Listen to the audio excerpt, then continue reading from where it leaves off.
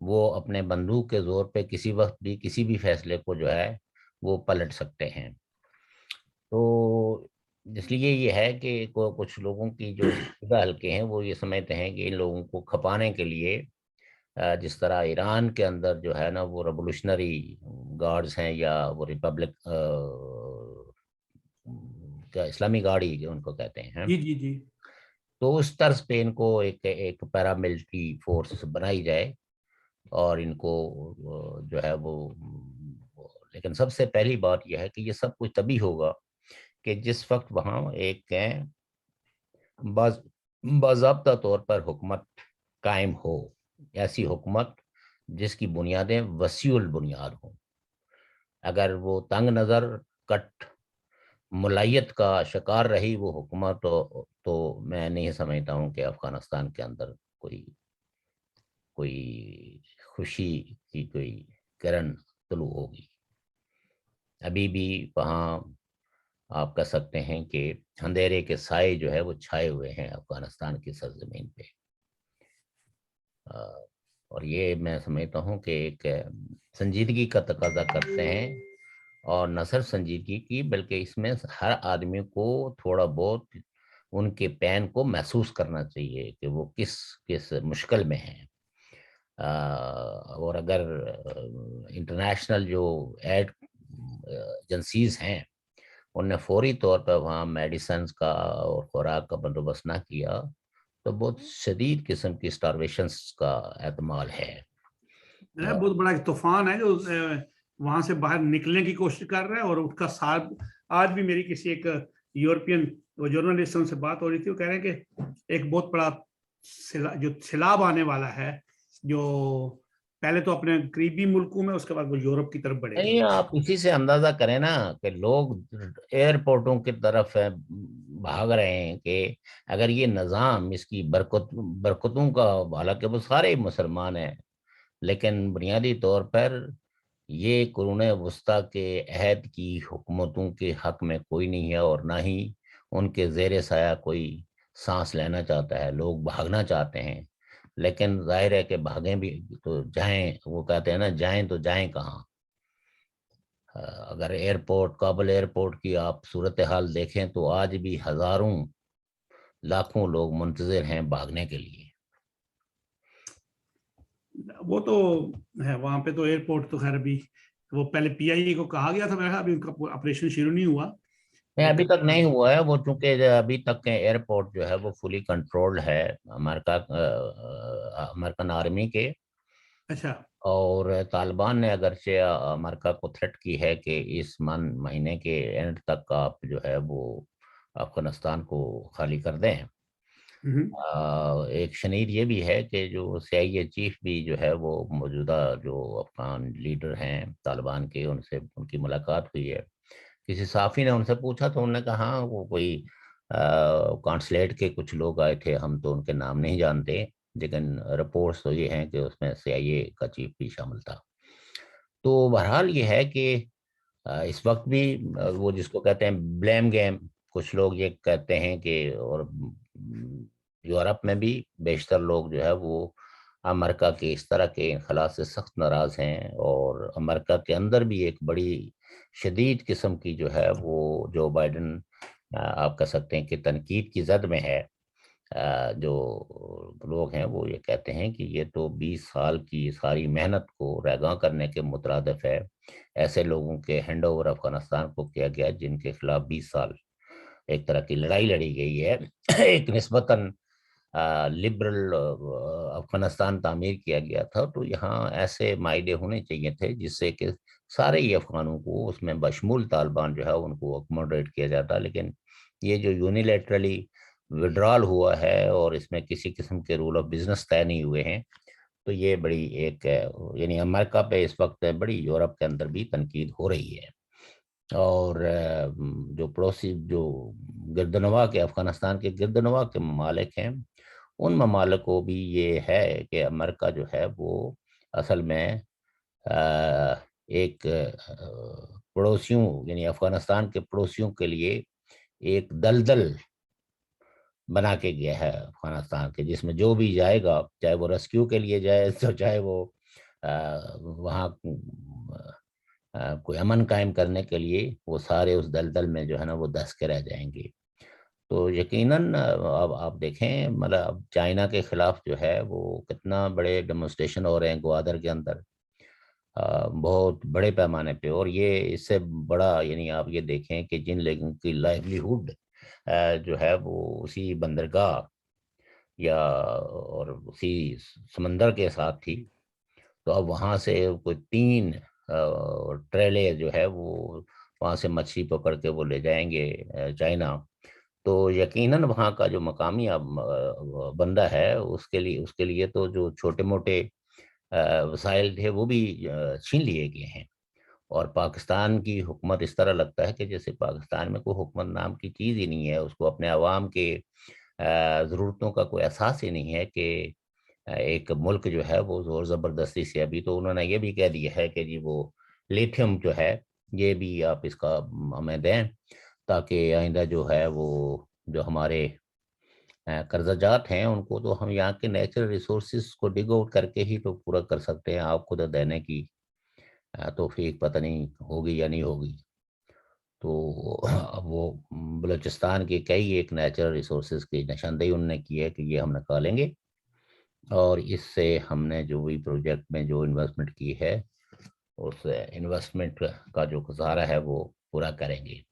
ویسے تو سی پیک کے حوالے سے تو عمومی طور پر جو پاکستان میں خبریں آ رہی ہیں وہ کہتے ہیں کہ یہ تو کولڈ سٹوریج میں رکھ دیا گیا ہے, اور اس میں پاکستان کی موجودہ حکومت کی جو ہے وہ یہ ہے کہ ہم کسی اس وقت کسی ایسی پوزیشن میں نہیں ہیں کہ ہم چائنا امریکہ کے کنفلکٹ میں داخل ہوں, لہذا اور امریکن کنسرن جو ہے وہ سی پیک کے حوالے سے جو ہے تو کچھ لوگوں کا یہ کہنا ہے کہ امریکہ کو oblige کرنے کے لیے سی پیک کو تھوڑا سا جو ہے وہ اس کی ترقی کو روک دیا گیا ہے. لیکن شوکت صاحب میرا ایک یعنی چھوٹا افسوسناک بات یہ ہے کہ عوام کی جو کنسرنس تھی, جو اس ریجن کے لوگوں کی جہاں سے سی پیک نے گزرنا تھا, ان کی کسی بھی خواہش کو مد نظر نہیں رکھا گیا, ان کی ضرورت کو مد نظر نہیں رکھا گیا. ماحولیات پہ جو پورے پاکستان اور پورے ریجن پہ جو اس کے برے اثرات مرتب ہونے والے تھے اس کا کوئی خیال نہیں رکھا گیا. لیکن امریکہ کی ناراضگی ان کو کتنی عزیز ہے اور اپنے عوام کی زندگیوں سے کھیلنے میں ان کو مزہ آتا ہے. ویسے میرا ایک چھوٹا سوال آپ سے بات کر رہا آپ سے بات پوچھوں گا. وہ 2025 میرا پھر وہ کتاب وہ دائرے میں آتی ہے. آئی ایم ایف کی اور ورلڈ بینک کی رپورٹ ہے کہ 2025 تک پاکستان میں پانی کے جو ذخائر ہیں, آپ نے رپورٹ پڑھی ہوگی میں وہ آپ کو بھی, جی جی میں نے پڑھی ہے. پانی ختم ہو جائے گا, بحران ہوگا بہت بڑا. اب یہ پڑوسیوں کے یہ حالات ہمارے بن رہے ہیں, 22 ہے 22 کیا 21 کیا 22 23 ایسے پھٹ جاتا ہے. آج کل تو سال پتہ نہیں لگتا. اب 1 جنوری کو ہم یہاں پہ کسی فنکشن میں گئے اور اگلا دیکھا تو کرسمس کا آیا ہوتا ہے. تو یہ جو گیم ہو رہی ہے کسی بگ پلین کا حصہ یا چھوٹا یا ڈرٹی گیم یا جو بھی آتا ہے, اس میں سمجھتا ہوں کہ جو مفعول ہے نا, جو آبجیکٹ ہے وہ تو مجھے درمیان میں پاکستان نظر آتا ہے ہر طرف سے.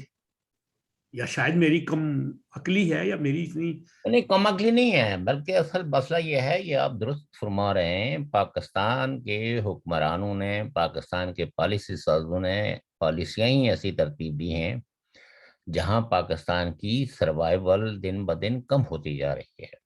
جس طرح کے ریولوشنری سٹیپس کی ضرورت تھی اگر ان کو پاکستان کو بچانا تھا, تو ہم کئی دفعہ بات کر چکے ہیں کہ ایٹ لیسٹ وہ جس کو کہتے ہیں نا کہ کازمیٹک طریقے ہی وہ بھی نہیں کیے گئے. مثلاً آپ وہ دیکھیں نا کہ جو پاکستان کے کانسٹیٹیوشن کو ماننے والی فورسز ہیں ان کا کوئی اجلاس کرتے, ان میں کوئی ہم آہنگی پیدا کرتے, ان کے سامنے یہ ایجنڈا رکھتے کہ ہم اپنے ملک کو کیسے بچا سکتے ہیں. نو, اس وقت تو ڈیلیبریٹ لگ رہا ہے کہ وہ جو پیشن گوئیاں ہیں جو 2025 والی, جی والی, وہ ایسے لگتا ہے کہ جیسے سب مل کے تو ان پالیسیوں پہ رنگ بھر رہے ہیں. کوئی ایسا قدم ہمیں نظر نہیں آتا جس سے کہ کوئی بچاؤ کی بات ہو رہی. اور شاید چونکہ جو تاریخی قومیں تھی، اگر دیکھیں پاکستان کا جب قیام ہوا تو پاکستان کے حکمرانوں نے اس کو نیشن سٹیٹ بنانے کی کوشش نہیں کی۔ آپ یہ دیکھیے کہ زبان کے مسئلے پہ آپ نے اپنے ملک کا ایک حصہ گنوا دیا۔ آپ پہ یہ سوئٹزرلینڈ ہے جو تقریباً 35,000 مربع کلومیٹر ہے، جی اس ملک میں 4 زبانیں بولی جاتی ہیں اور 4 سرکاری زبانیں ہیں، بالکل، اور اس کی معیشت دنیا کی بہترین معیشتوں میں اس کا شمار ہوتا ہے، اور یہاں کے رہنے والوں کی جو زندگیوں کی جو آسائش ہیں وہ پوری دنیا کے لوگوں کے لیے بہت عظیم ہیں۔ ان کی خواہش ہے۔ آپ کینیڈا دیکھیں تو کینیڈا اگرچہ رقبے کے لحاظ سے بہت بڑا ملک ہے، بڑا ملک ہے۔ لیکن آبادی اس کی تقریباً کوئی میرے خیال میں 3 کروڑ یا سے جی جی جی کم ہے، حالانکہ رقبے کے لحاظ سے وہ دنیا کا دوسرا بڑا ملک ہے۔ جی لیکن اس ملک کے اندر بھی جو ہے وہ 2 زبانیں تو جن کو میں جانتا ہوں، فرینچ ہے اور انگلش ہے، انگلش ہے، اور شاید چھوٹی موٹی اور بھی زبانیں۔ اور بھی ان کی ہے علاقائی زبان۔ جی تو دنیا میں جو قومیں ہیں، جو حکومتیں ہیں، وہ زبانوں سے نفرت کرنے کے بجائے زبانوں کو تحفظ دینے کے لیے بڑے بڑے اقدامات کرتی ہیں، بجٹ میں بڑی بڑی حکوم رکھتی ہیں۔ حتیٰ کہ جو لوگ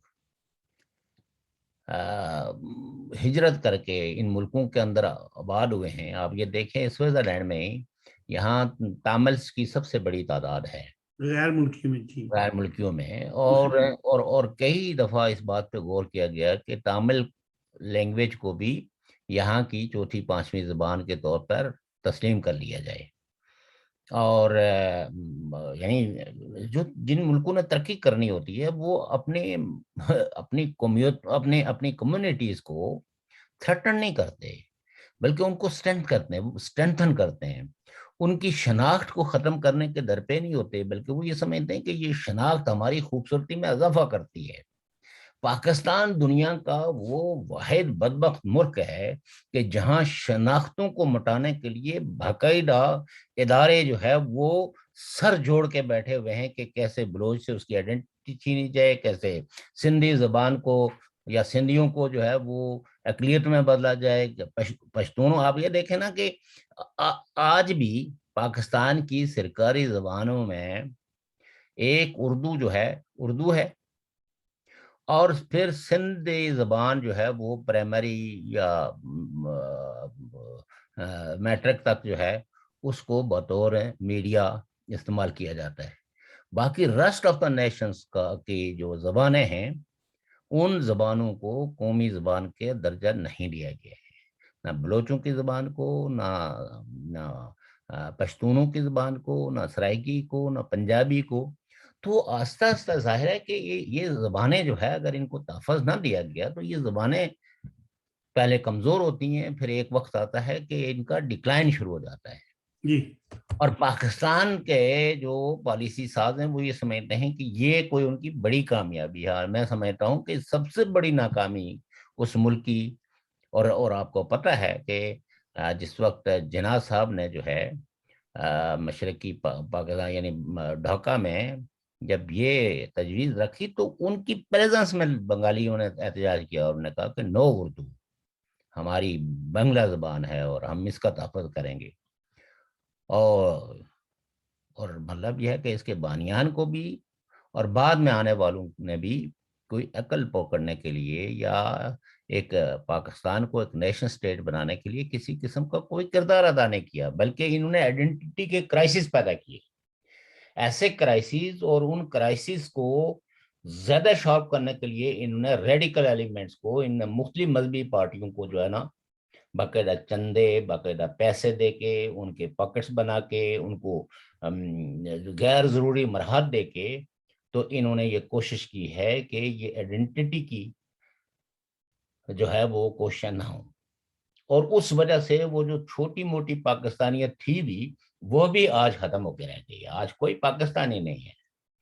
اور انہوں نے چونکہ پاکستانی انہوں نے رہنے کوئی نہیں دیا، انہوں نے آپ کی شناخت بنا دی ہے سنی، ان نے آپ کی شناخت بنا دی ہے بریلوی، ان نے آپ کی شناخت بنا دی ہے تحریک لبیک، جیش محمد، حزب پتہ نہیں کیا کیا، جتنی بھی یہ ساری بلائیں ہیں، ان سب کو آپ کی شناخت بنانے کی کوشش کی گئی ہے. اور یہ اگر کوئی مجھے سمجھا دے کہ یہ پالیسی کیوں، تو لگتا یہ ہے کہ جس طرح بائی ڈیزائن پاکستان کو بنایا جا رہا تھا، تو اب بائی ڈیزائن اس کو پروسیس میں تحلیل کیا جا رہا ہے. ورنہ کوئی ایسی بات نہیں تھی کہ یہ کم از کم ان لوگوں کو جن کو اس پہ اعتراض نہیں تھا، جس کی باؤنڈریز کو بھی مانتے تھے، تو کم از کم ان کو ہی اعتماد میں لیتے. اس ملک کا یہ کم المیہ ہے. ویسے ایک اس ملک کا 3 دفعہ پرائم منسٹر رہنے والا، اس کی دوتی کی شادی ہے، اور آپ اپنے ایجنٹوں کے جو ضلالت وہاں پہ ہوئی ہے، اس سے بڑی بدتہذیبی کسی ملک کی، کسی قوم کی، کسی معاشرے کی کیا ہو سکتی ہے کہ ایک شخص کی نواسی کی جو شادی ہے، اس میں آپ جو ہے وہ احتجاج. لیکن آگے سے ہوا بڑا اچھا ہے. وہ دیکھا نا، وہ جو کچھ بھی ہو غلط ہے لیکن اچھا ہوا ہے کہ مینٹلٹی کس طرح کی بنائی گئی ہے. اور یہ میں سمجھتا ہوں کہ جنرل باجوہ کو روزانہ اپنے اس عمل کو دیکھ کے تو جوتا اتار کے 2-4 جوتے اپنے سر پہ مارنے چاہیے کہ یہ میں کس بے تہذیبی کو فروغ دے رہا ہوں. ان کا قصور یہ دیکھیں، انہیں کا قصور ہے اور کسی کا قصور نہیں ہے. وہ غلطی ہو گئی نا. They are the people who responsible. دیکھیں غلطی تو ہو گئی نا. وہ اسٹیبلشمنٹ پہلے بھی لوگ لاتی رہی ہے، ان سے اس دفعہ غلطی ہوئی کہ نہایت ہی نو. دیکھیں بات یہ ہے کہ یہ جو کچھ بھی ہو رہا ہے بائی ڈیزائن ہو رہا ہے، اور لوگوں کو وہ یہ تو سمجھنا چاہیے بالکل ظاہر ہے. تباہی اور بربادی میں کامن جو انسان ہے، جس کو پہلے ہی جو ہے وہ بھوک کے لالے پڑے ہوئے ہیں، اس کی سفرنگ اور کتنی زیادہ ہونے والی ہے. آپ یقین کریں کہ وہ ہمارے ساتھ مجاہد صاحب ملے، وہ صافی بھی ہیں. آپ یقین کریں، اس نے جس طرح بھی آپ نے فرمایا اسی طرح اس نے کہا کہ بات سنیں کہ یہ جو آپ ادھر خوشیاں منا رہے ہیں نا، تالیاں بجا رہے ہیں، یہ آپ کو پتہ لگے گا 2-4 دن صبر کر لو. اس نے کہا اور یہ ساری جو سب سے بڑا اس نے خطرہ بتایا یہاں پہ یورپ میں، اس نے کہا اب کون سے کس کو پہچانیں گے کون آ رہا ہے، وہ کیا کرے گا یہاں پہ. کہتا ہے یہاں پہ تو کوئی ایک چھوٹا سا واقعہ ہو جائے تو پوری دنیا ہل جائے گی. میں نے کہا یار اللہ نہ کرے ایسا ہو. دیکھیں جو لوگ یہ باتیں کرتے ہیں نا، ان کو شاید یورپ کی اور یہاں کی حکومتوں کی تنظیم کا، یہاں کے اداروں کا ان کو کوئی ادراک نہیں ہے. آپ کو پتا ہے برطانیہ میں ایک واقعہ ہوا اور اس کے بعد یہاں جو بھی ٹیررسٹ سلیپر سیلز ہے، پھر وہ کمر سیدھی نہیں کر سکے. جہاں یہاں ان ملکوں نے جتنا بڑے مسلم آبادی کو اپنے اندر بسایا ہوا ہے، ان کو کنٹرول کرنا آتا ہے. اس کو پاکستان نہ وہ سمجھیں، اس کو نہ افغانستان سمجھیں. اللہ نہ کرے کوئی ادھر ہو جی، ہم تو یہی کہتے ہیں. کوئی ایک کا دکھا تو مطلب یہ ہے کہ ایسے پاگل پنے کا شکار تو کئی لوگ ہوتے ہیں، کوئی ہو بھی سکتا ہے، لیکن یہ ہے کہ یہاں یہ آئینی ہاتھوں سے نپٹتے ہیں ایسے لوگوں کو جو لالسنس. شوکر صاحب جی 1-2 منٹ رہتے ہیں، کوئی آپ اس بات کو سمیٹنے کے آخری الفاظ کوئی ایسے ہوں جو آپ نے کہنے ہوں؟ دیکھیے بات یہ ہے کہ کشمیر میں بھی یہ صورتحال بڑی تشویشناک ہے. کچھ لوگ جو ہے میں نے دیکھا ہے، کچھ ویڈیوز شیئر کیے ہیں لوگوں نے کہ جو افغانستان کی جیلوں سے کچھ لوگ جو رہا ہوئے ہیں، پتہ نہیں جیلوں میں تھے یا نہیں تھے، لیکن ان کو بڑے بڑے استقبال کا ان کا اہتمام کیا گیا ہے. کئی ایک ویڈیوز جو ہے نا وہ شیئر ہوئی ہیں. تو یہ صورتحال بہرحال بہت تشویشناک ہے، اور اس پہ ورلڈ کمیونٹی کو بہرحال جو ہے وہ چوکنا ہونا پڑے گا، عوام کے لیے، اس ریجن کی سٹیبلٹی کے لیے، اور لوگوں کی جان اور مال کے تحفظ کے لیے. ورنہ بھوکے بیڑیے جو ہے وہ لوگوں کی عزتوں کے در پہ تو ہیں، لیکن ان کی ہر